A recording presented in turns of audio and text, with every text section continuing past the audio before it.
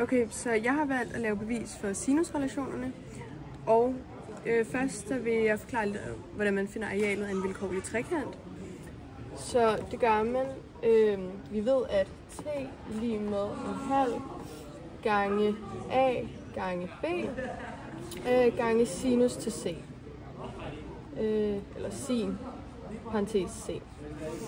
Og så kan vi prøve at tegne en vilkårlig trekant, som kan se således ud, hvor vi har højden her.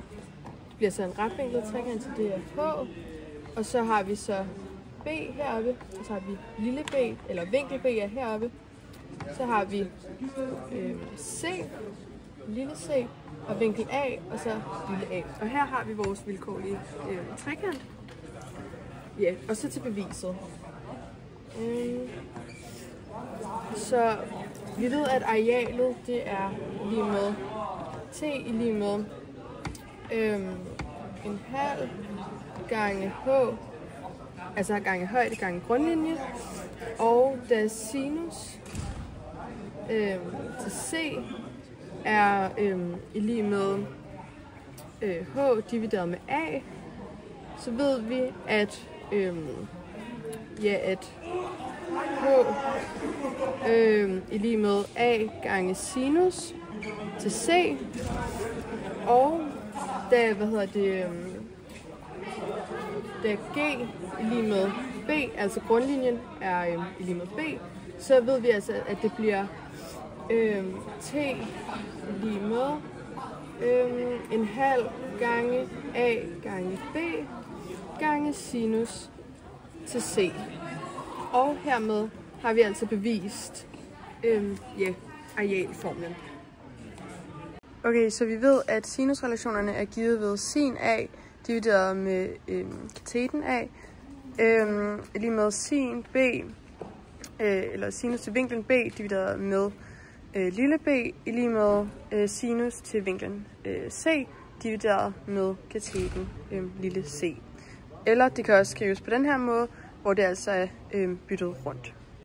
Okay, så arealet af trekant ABC, det kan man skrive sådan her. Så man siger t, og så skriver vi nede her, lille ABC, i lige med en halv gange a gange b, og så gange sinus til c.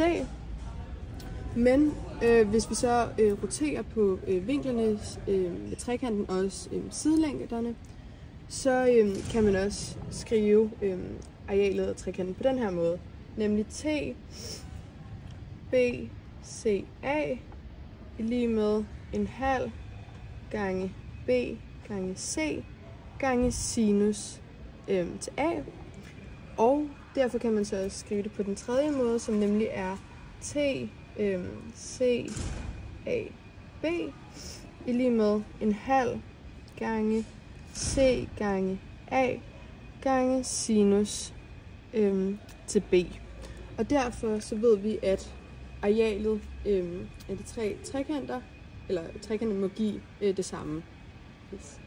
Okay, så vi har altså de her tre formler, og nu indsætter vi altså forskrifterne her. Så det bliver altså en halv gange a gange b gange sinus til c, hvilket jo er det samme som den her oppe.